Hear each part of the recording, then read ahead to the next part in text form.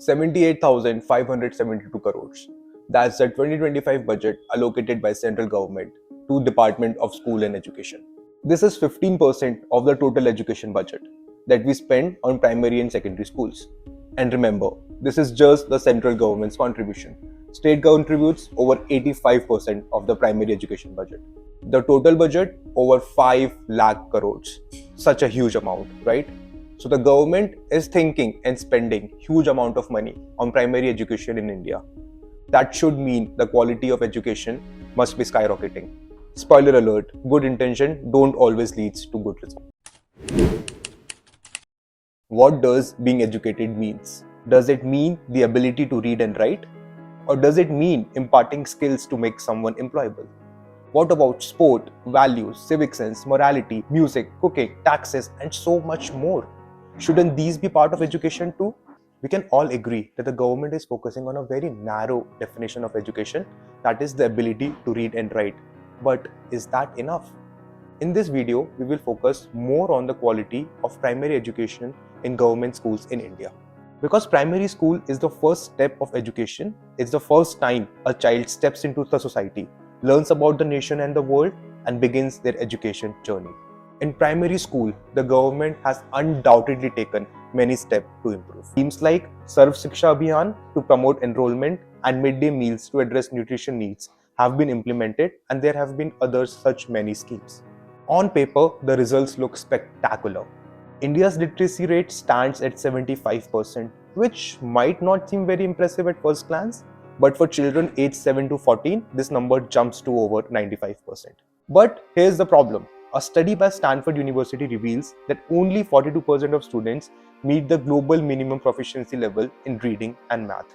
Let that sink in. We are not even talking about a broader definition of education like values, skills, or critical thinking. We are talking about the very basic, the ability to read and write, and in that too, we are lagging far behind. In this video, we will discuss 4 major reasons why all of this is happening, and in the end explore why all of this matters. 72% of students study in 10 lakh plus government school spread across India. But guess how many of these schools have less than 60 students? 52%. More than half of India's schools have fewer than 60 students. At first glance, this might seem like a good thing. Fewer students means more individual attention. But in most of these schools, there's only 1 or 2 teachers. Imagine one teacher handling class 1st, 2nd and 3rd simultaneously. 2/3 of class 1 and 2 are multigrade, meaning students from different grades sit together and are taught the same material. The result, rote memorization. Students are mindlessly reciting tables without understanding the numbers or learning words without understanding any meaning behind them.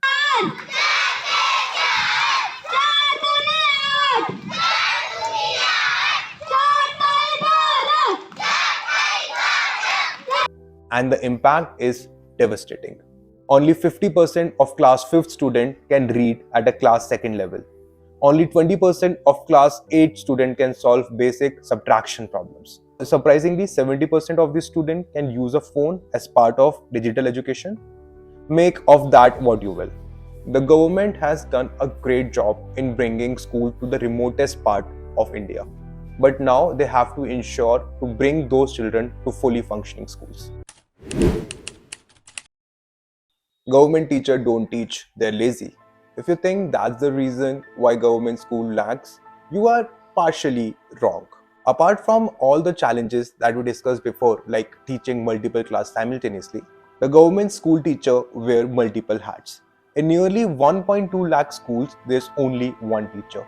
That means they are the principal, staff, teacher, and administrator all roll into one.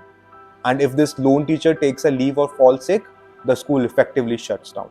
The right to education mandates at least having 2 teachers per school. But 16 years later, 10% of schools still operates with a single teacher. In states like Jharkhand, this number jumps to 25%. But that's just the tip of the iceberg.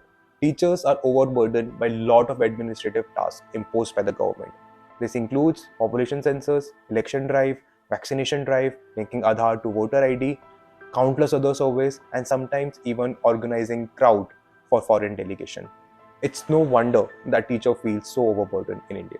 Teacher is not someone who just teaches. Teacher give knowledge, skills and values and inspire the next generation. That the teacher primary job is to teach and not be a government clerk. This problem is just not limited to primary school. Being from IIT, I have seen so many of my professors being burdened by non-academic tasks and which takes a toll on our studies as well. Indian society has a high power distance index, scoring 77 compared to the global average of 59. This index measures unequal distribution of power in a society. High power distance index means non-confrontational to authority figure. Think Sir culture, VIP culture, or even Bhakt culture in India. Another consequences of high power distance index, students are discouraged from asking questions. This can create great results in the short term, which is to pass the next exam, but it fails to develop critical thinking, deep understanding, and practical application of the knowledge. Teachers often shut down curious minds, creating a one-way communication system. In the Mahabharata, Arjun asked questions to Lord Krishna, but in our classrooms, students are schooled for asking why Pluto isn't a planet anymore. This conditioning has a massive impact to think critically and independently in the future. India spends about 3% of its GDP on education, but for a country of our size and ambition, the recommended spending is over 6%, with the world average being around 4.9%. Majority of the money given by the government is spent on teacher salary, which is around 90%. But what part is spent on teacher training? If the government is giving 100 rupees, then only 11 paisa is spent on teachers training. Apart from this, there's also a massive demand for teachers in India. Over 10 lakh teaching positions are vacant. This leads to the hiring of underqualified teachers, further compromising the quality of education provided to the students. Wednesday.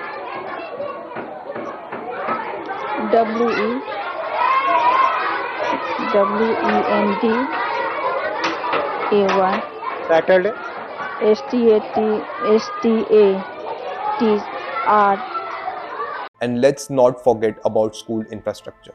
Only 72% of schools have usable girls' toilet, only 77% have access to drinking water, and only 51% have a library.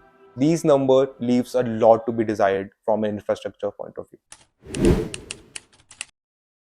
At the start, we asked, what does being educated means? Does it mean the ability to read or write? Or does it mean shaping individuals who can question, think, and contribute meaningfully to the society?